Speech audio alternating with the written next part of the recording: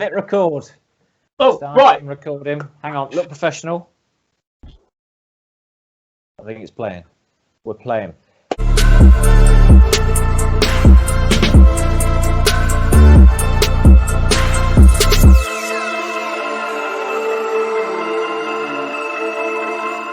Hello and welcome to the Sales and Marketing Podcast for Decorators. I am joined by the fantastic, wonderful, legendary Mr. Trevor Mangan. How are you, mate? Hello there. I'm trying to make my my little intros for you just a little bit bigger every single week. Yeah. Yeah, you are succeeding. Well done. Yeah. I mean, I don't want to ruin the podcast magic straight away, but for those that are watching on video, you'll notice we're in the same clothes again. Trev, do you ever change your jumper or? No, I just do it for consistency. Yeah, so, no, I appreciate that. Know what day it is or what week. Basically, being a decorator, not knowing what day of the week it is. Right, here we go then. Here we go. Today's question: virtual consultations. Worth it? Stroke of genius or absolute waste of time? No, absolutely. It's the future. Absolute future, I think. Sorry. Have you started doing these because of COVID and stuff like that? Do you think that pushed you towards it, or do you think it's a good idea anyway? I think it was a good idea anyway. To be honest, I hadn't thought about it until COVID started, but when it did, I got it on my website, and so that you just go on there, make an appointment, and we do a video chat. To be honest, I don't know that I've not had. I mean, you get people making appointments, but they don't tend to keep them. I don't know why. Really? Whether they forget or, I don't know. Do you send a reminder like an hour before and 15 minutes before? No, I don't. I normally send them the reminder when they're there, when I turn up and they haven't. Where are you? Yeah. Well, I think maybe it's like because I'm always on webinars and stuff like that, and they send you a reminder like an hour before. They'll send you a text half an hour before with the link, and just say, right, maybe I should be a little bit through this. Yeah, rather than sitting here seething because no one's turned up, maybe I should be a little bit more professional. But it gets a bit like that, doesn't it? If you've got a call scheduled for 7:00, as soon as it ticks over 7:01, you're like, well, where are they? What are they doing? Yeah, exactly. Absolutely no respect. And then even if they do join the call, you're in a bad mood anyway. So. Yeah, you're a bit offy. Whoa, yeah. Do you not know who I am? I'm a very important man. Yeah. Ask Ryan. On time is late. Get there 5 minutes early. Exactly. Yeah. Exactly. So, but no, it has saved me a small fortune. The ones that the ones I have done, they have worked. I haven't got business out of them. They have saved me. One in particular was, I don't know if we've spoken about it before, but I had a call from a woman in Vauxhall that was buying her first flat, £650,000 for her first flat. Not bad. Not bad. It's all right to get you started, isn't it? Yeah. I mean, we've all had to sort of slump it a bit, haven't we? Yeah. Anyway, so went round. She luckily she sent me the estate agent's floor plan, so that helped with all sizes on. So that was really helpful. But yeah, we had to walk round her flat or apartment, saying what she wanted to do, and all on a virtual, like a video call. She was showing around. Yeah. We had a good chat. Like I say, she sent me this dimension so I could work out the areas. Put the quote together, sent it off to her, and got the. I said, well, how does that suit your budget, sort of thing? She said, well, to be honest, I was like about $6,500, I think. Yeah. And her budget was £1,000. Ooh. Yeah. But on the plus side, I'd sat here with a cup of coffee, talking to her. To be honest, I had the plan, so it didn't actually take that long to work out the price. It saved me congestion charge, parking, an hour to London, an hour back. So really, in the big scheme of things, it wasn't too bad. It's the only thing I should have maybe I didn't do that I probably would have done if I'd seen her face to face was discuss budgets a little bit more than I did, because it's, although it's still over video, it's still a little bit, and it's not like we're sat here now. When you're talking to someone doing a walking around their flat, they do get a little bit excited, and they're like that, show you everything that's going on. Yeah. Where, you know, you and I now, we're face to face and we can have sort of like a reasonable conversation, but no, with someone on these, well, my experience on these video things, it's all like that. They're showing you around. You know, you got hold on, you feel a bit dizzy with it all. But because they're just swinging the camera around constantly. Yeah, exactly. And I think they're a little bit, unless they're used to it. I think if they use Zoom a lot, they're normally sat at their desk like we are now, engaged with the person. But when they're in, and they think you've got to show you, they want to show you everything that's going on. I think you're in a little bit of a different dynamic. You're not sort of, so it's a little. I find that a little bit. What I've found is it's a lot less personal. Yeah, I think it's still early days for the whole thing, isn't it? Really, I mean, video calling's been around for a long time, but it's only since lockdown that it's become part of everybody's sort of day-to-day life, and it's still, for a lot of people, difficult being on camera. People are not comfortable with it. They don't quite know how it all works, so they get a bit nervous. It's one thing talking to family and friends and stuff like that, but then having like a more formal conversation with your decorator or whatever it is slightly different. And I think as generations move on, I think you're right. I think it's the future, and I think more and more people, it will just become part of everyday life. I mean, my partner's children, they don't call you normally anymore.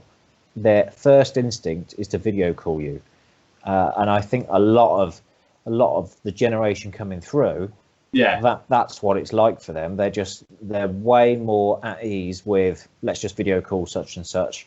Their whole life is online, it's digital, it's YouTube. Everyone that they see is like that. So I think certainly over years and decades to come, everyone it'll be exactly right. But I think it's a good time now for decorators like you to be getting involved. So how many virtual consultations do you think? I reckon I've done probably. I think we're probably getting near double figures. I've probably done 9, 10. So. And have some turned into work? Some have turned into business. So it has worked. And like you say, I think because there's not a lot of people offering that service. You're pretty much guaranteed to. I mean, on my website, I offer both. I offer like appointments and video consultations, but I will try and get someone to a video consultation first as a first step. I think that's an important thing. It's great for a first step because you can get those initial questions out of the way. You can learn a little bit about budget, perhaps have a look at the job and see if it might be quite right for you without wasting an hour driving around and meeting them and stuff like that. You could quite easily knock out 4 or 5 virtual consultations in an evening, just sat in your home office. And not only that, also Mrs. Jones hasn't got to worry about putting you around, doing a bit of dusting. It's it's a lot more relaxed.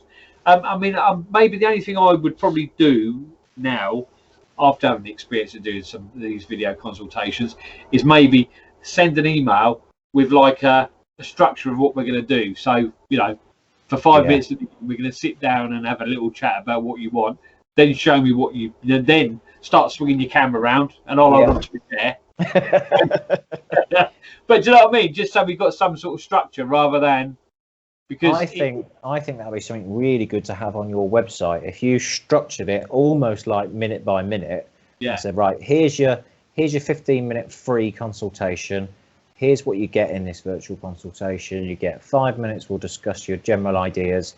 The next 5 minutes, you show me what's going on, and then the 5 minutes to wrap it up, I'll give you some sort of ballpark figures, so you know exactly what you get, and make sure we're on the right page and whether we can both agree whether this is a job worth exploring for both of us. And if you put that on your website, I think you could really attract a lot of people.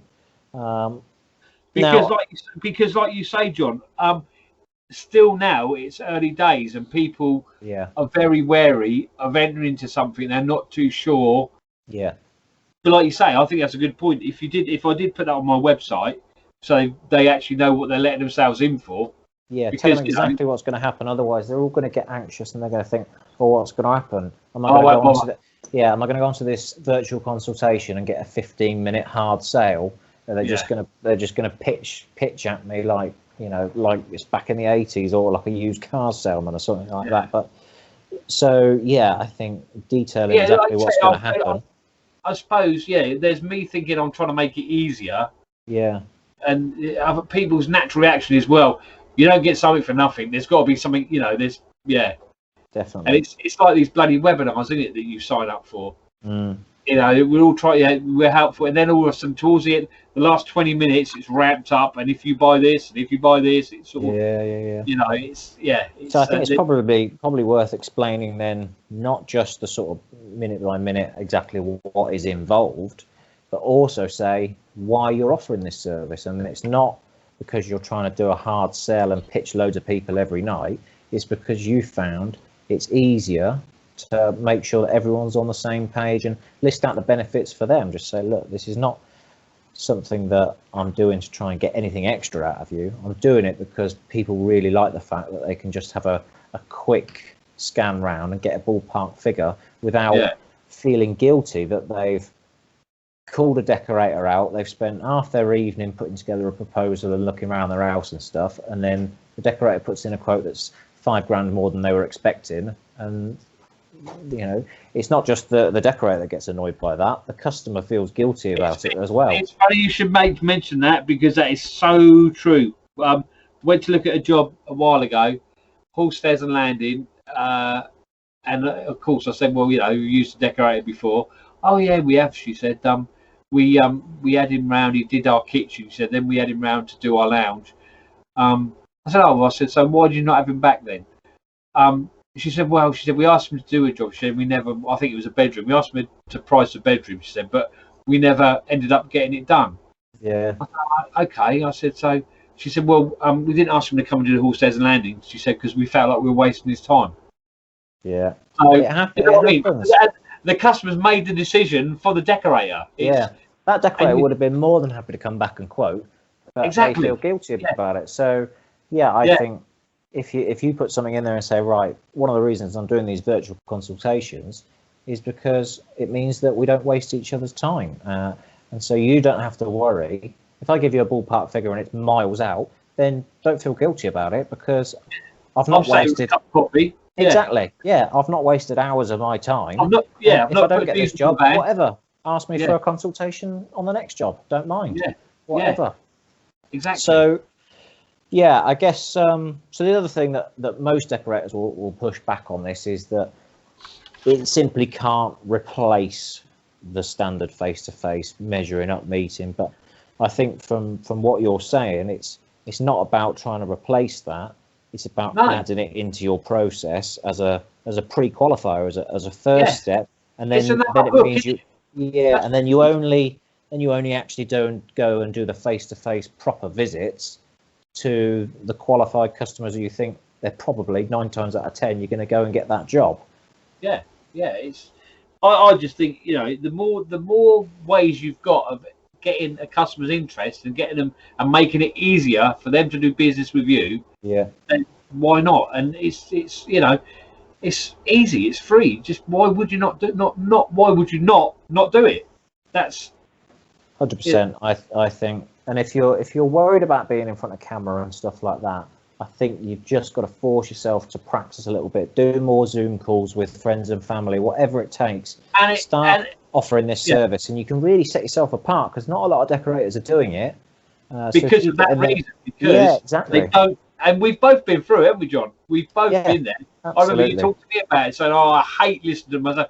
And you do. It's not, no one enjoys looking at themselves. Ryan, with the podcast that we do, has never listened to one of the podcasts. He said, because I hate my voice. He said, I'd never listened, and I'm pretty sure he hasn't. And same, you feel so awkward. And I remember you saying about your first video, oh, I recorded it, but then I did it again because I saw something.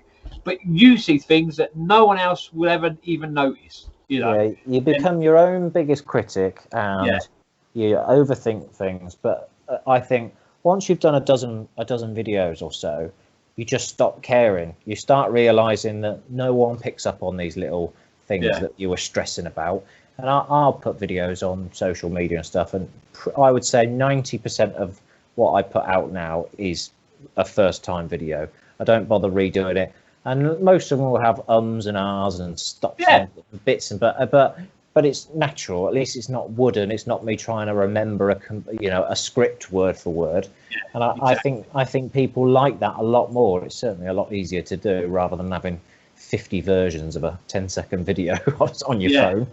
And have you got the time and the energy to do that anyway? Exactly. You know, you can't keep that sort of work. You can't work like that and keep it up, and it's just too hard. Yeah, you just got to do it really. And like I say, we've all been there, and none of us even now find it enjoyable. But I think you just get used to it. So, and I think having a step-by-step plan of what the call is going to, an itinerary for the call. That's not just good for the customer, but that's also good for you because you know exactly what you can do, what you got to do, when you got to do it, and why you're doing it. And like you say, if you make it 15 minutes, they think, well, that's not long. And just because you put 15 minutes, it doesn't have to be. If you're getting on well, and but exactly. Most people can spare 15 minutes of their time. 100%. So, anyone can do that. They can just So I think overall, virtual consultations is something people need to start doing. The sooner the better, because it's a chance to really get ahead of the competition in your area on it. I think it's going to get bigger and bigger, especially the world we're living in at the moment. So exactly. There's never a better time, really. I know it's not the best, but of all the shitty things that are going on, it could be quite a good time to start implementing it. Definitely, and it's not a replacement for the standard face-to-face meeting. I still think that has to happen. In 99 out of 100 cases, that will still need to happen.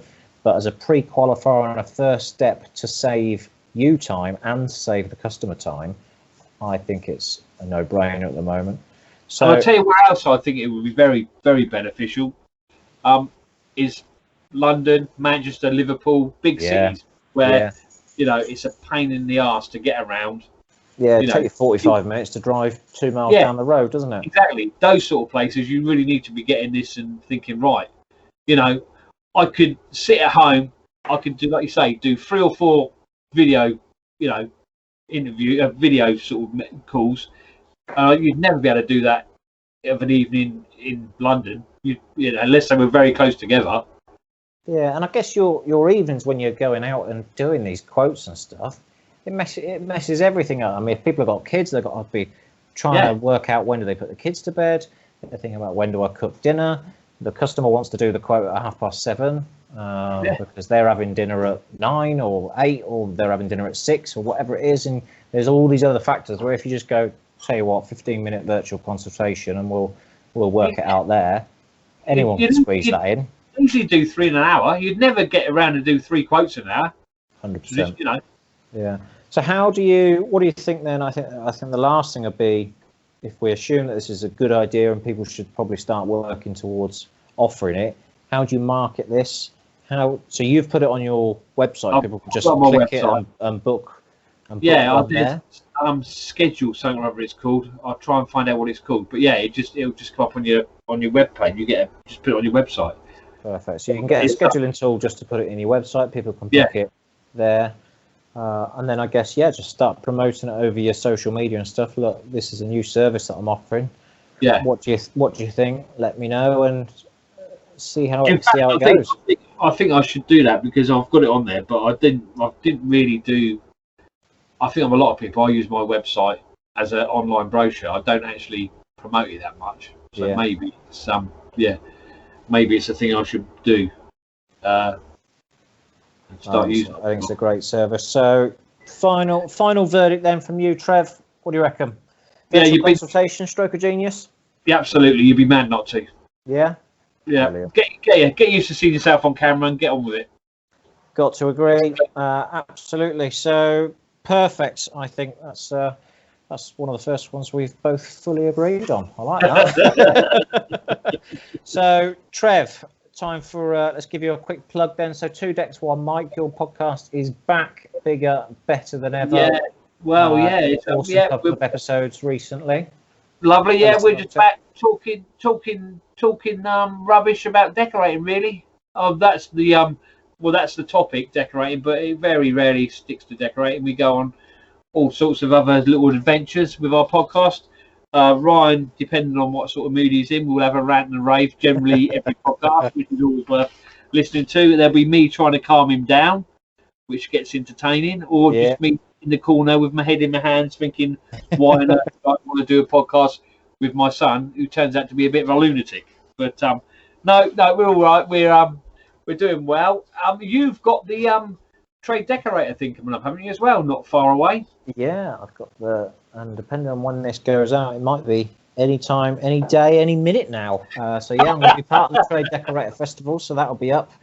If you miss it, I'll be putting the video on YouTube as well. So I'm doing a webinar about Facebook ads, how to use Facebook ads as a decorator. So hopefully people join in for that. But yeah, I think the 2 Decks 1 Mic podcast, I think it's brilliant. I think everyone should join in that. It's like it's your best mate on site, isn't it? It's like having a couple of decorators taking the piss out of each other in the corner, and you just sort of put them in the background and listen to them, and it's great fun. It's easy listening, isn't it? That's brilliant. That's exactly what it's meant to be for. It's meant to be for a person, a bloke that's on the site on his own, or in a room on his own. He's just fed up with the music, fed up with talk radio, and just wants a couple of blokes that know, in the trade, talking rubbish. I love it. So check it out, everybody. 2 Decks 1 Mic. It's on all the usual podcast places. And as always, if you want more from me, go to my website, jmears.co.uk/ebook, and you can download my latest ebook for free, which will help you with your marketing. Trev, thank you very much once again. It's been a pleasure. Thank you very much. Cheers. Same time next week. Yeah, absolutely. Yeah, been great as usual. Thank you very much. Cheers, mate. Take care. Bye-bye.